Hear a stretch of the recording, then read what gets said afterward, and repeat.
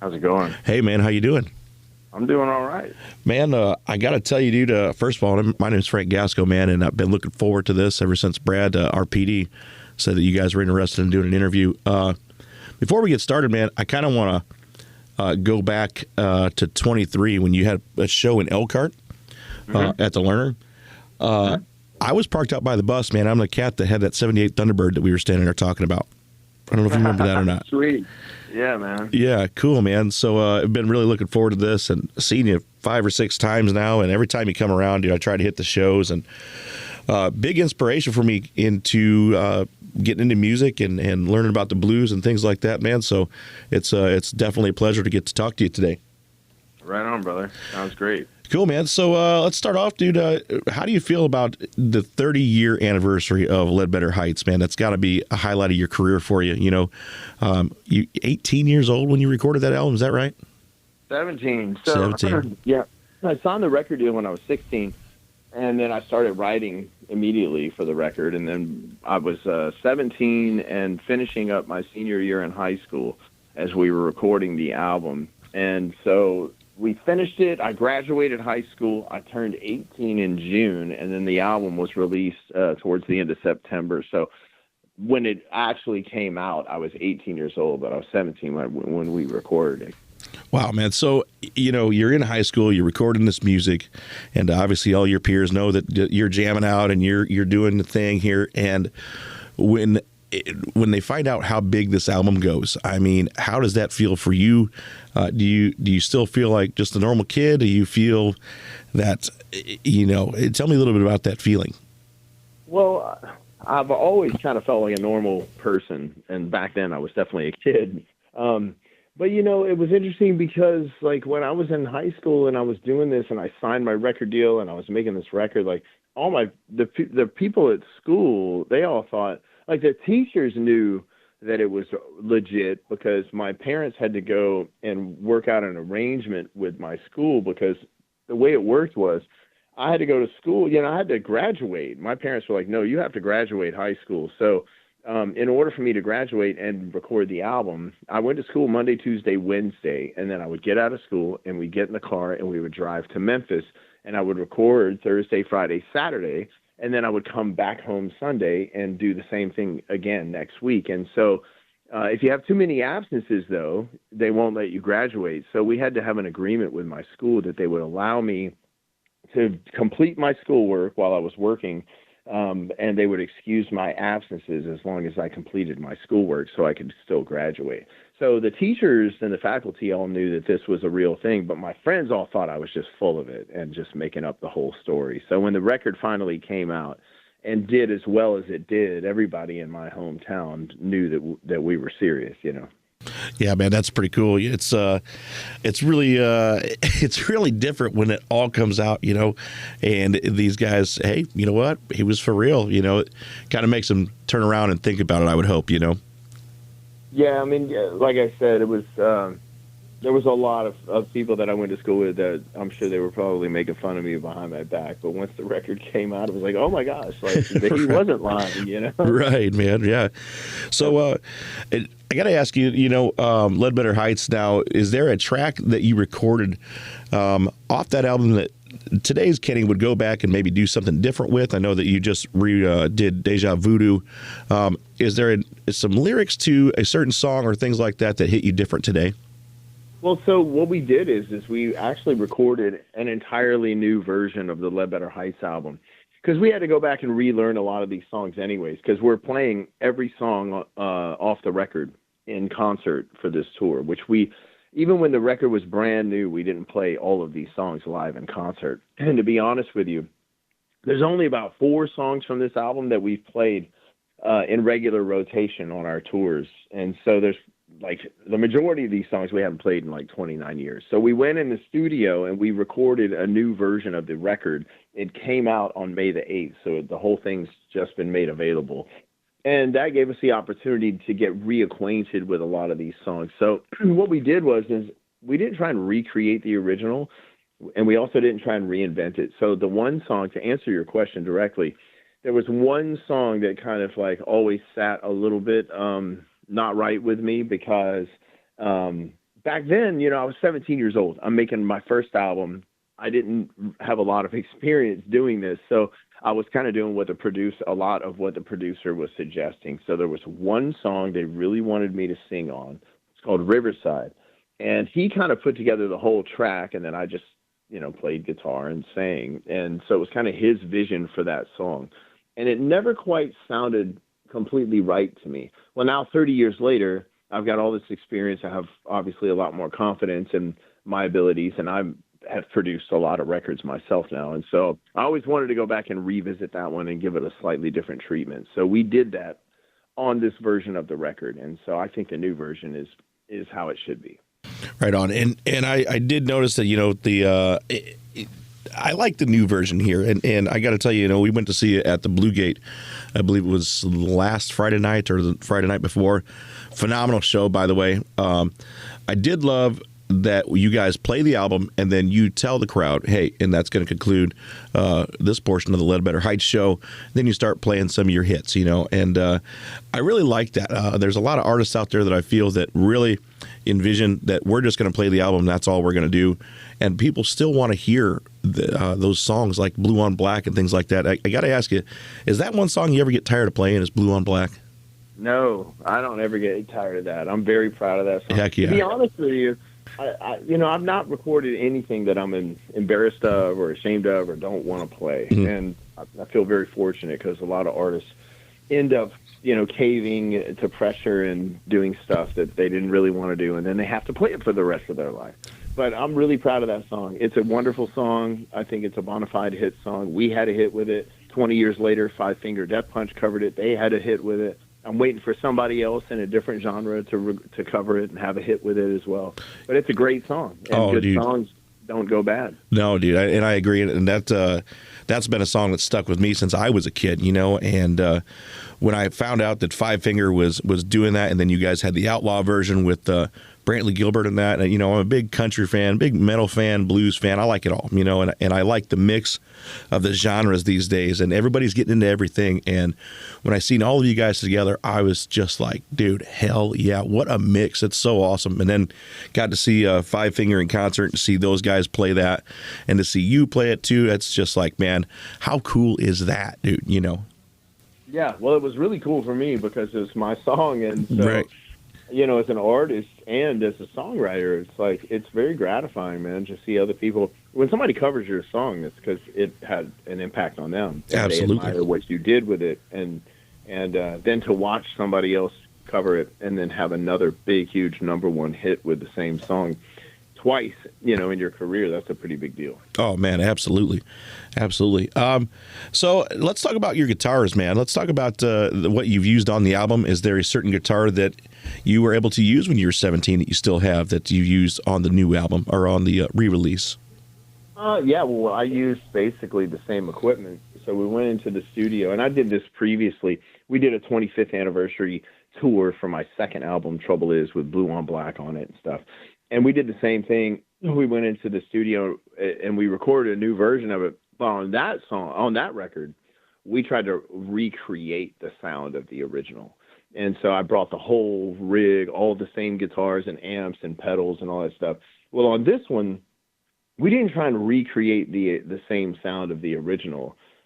We tried to kind of refresh it and bring it into 2026. But I still wanted to use that same equipment, because I have it, and I thought it would be cool to do that. So, same guitars, same amplifiers that I had going all the way back to 1995.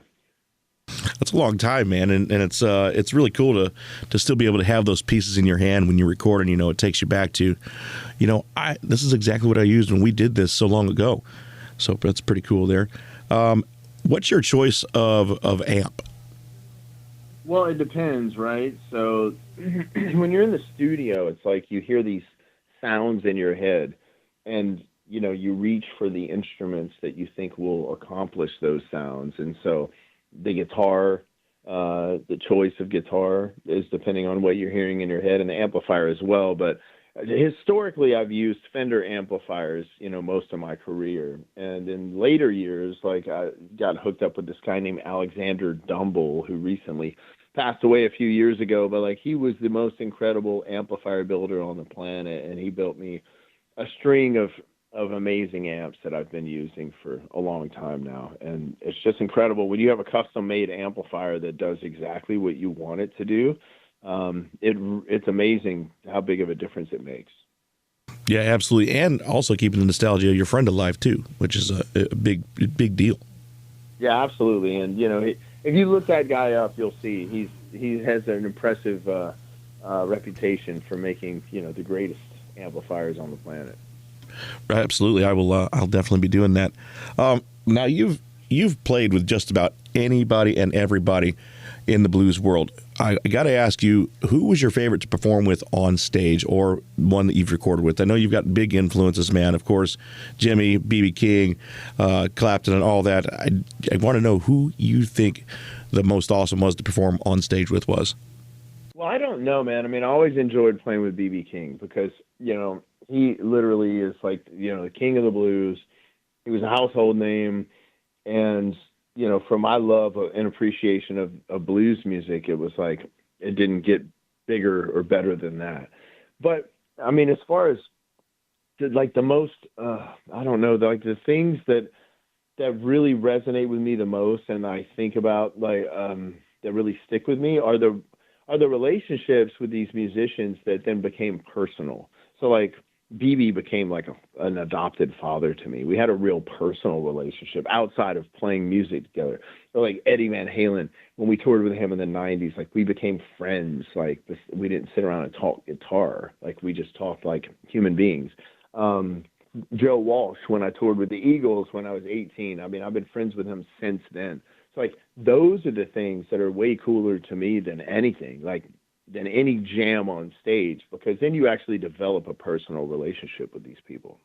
No, absolutely. And, I've been in the radio thing for a while, and I've always told everybody around me, I'm very blessed to be in the position I am, but I wouldn't be here if it wasn't for networking and getting to know folks and treating people, just like friends, like standing here talking to you.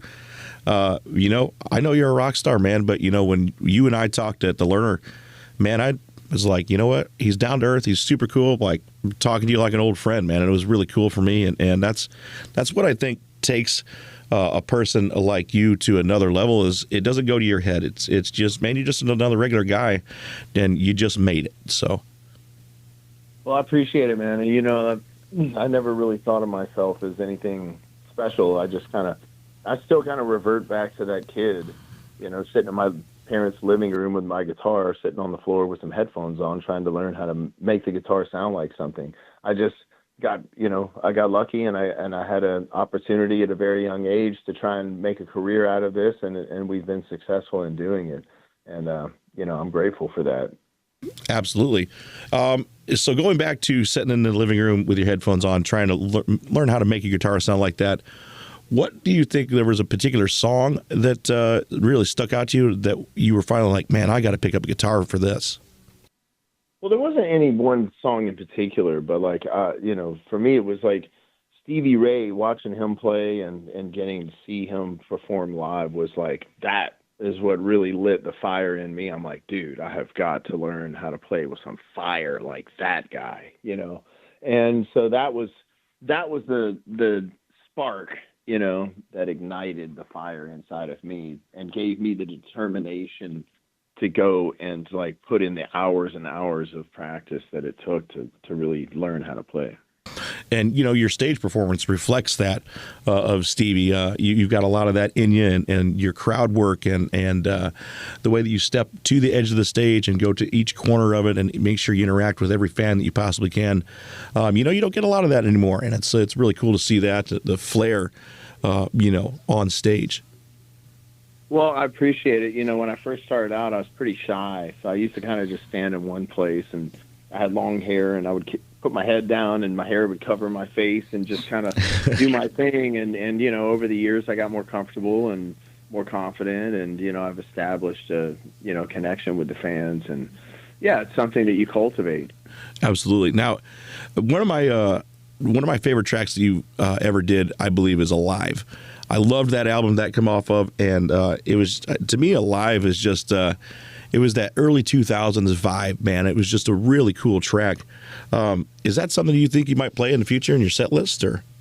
Yeah, I think we'll probably add it back in at some point. I've been kind of revisiting that one on my own here and there in sound check and stuff, and it was a good song. That was a good record. I mean, that album was called The Place You're In, and that was basically just a straight ahead rock and roll album that we did, and that was the first one that I really sang the majority of the lead vocals on that album, and so it's kind of was a transitioning point for me in my career, and yeah, I like that record. A lot of fans. We actually, a lot of people surprisingly will come and like, man, I discovered you on that fourth record of yours, which is surprising because we established such a big fan base between the first and second albums, and most of those people have been with us this whole time.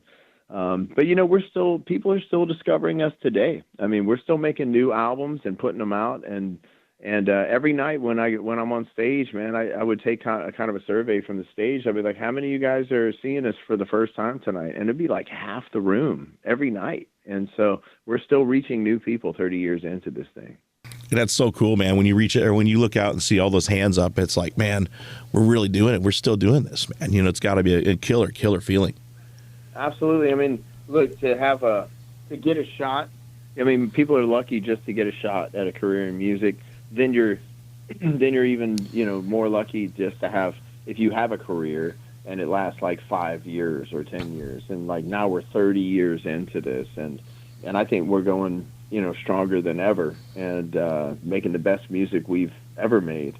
And our fans have been right there with us, and it's still a growing fan base 30 years later. So like it just doesn't get much better than that. Yeah, absolutely. But Dirt on My Diamonds, Volume 1 and 2, that is a prime example, two great albums, by the way, man. I just love those. Those were on repeat in my truck for God knows how long, man.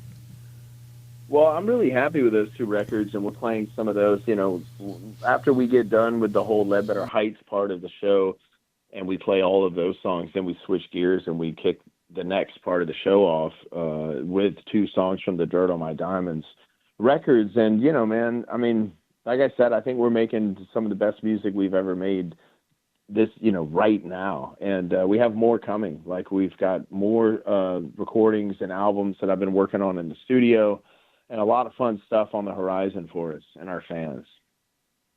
Well, I can tell you that we are all looking forward to that, man. I know I only got you for a couple more minutes. What can we look forward to seeing you? I know that you're planning on playing up until about the end of the year. I want to say September, I think. Is that when your tour is going to be ending?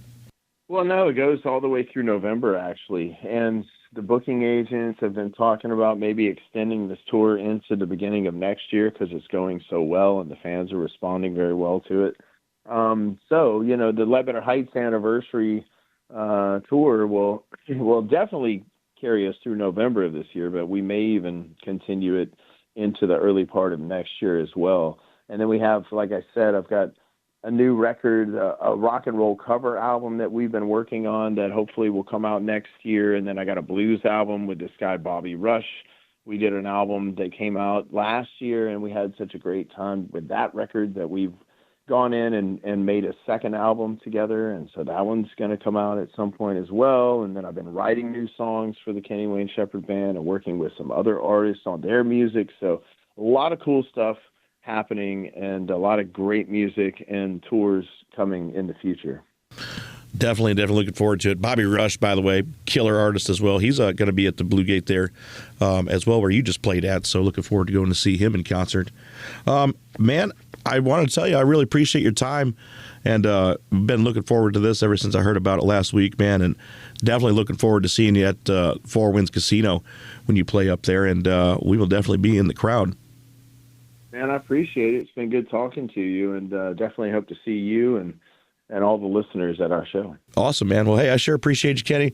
Looking forward to seeing you out on tour, and appreciate the interview, my friend. All right, thank you. Hey, thanks a lot, buddy. We'll see you. All right, bye.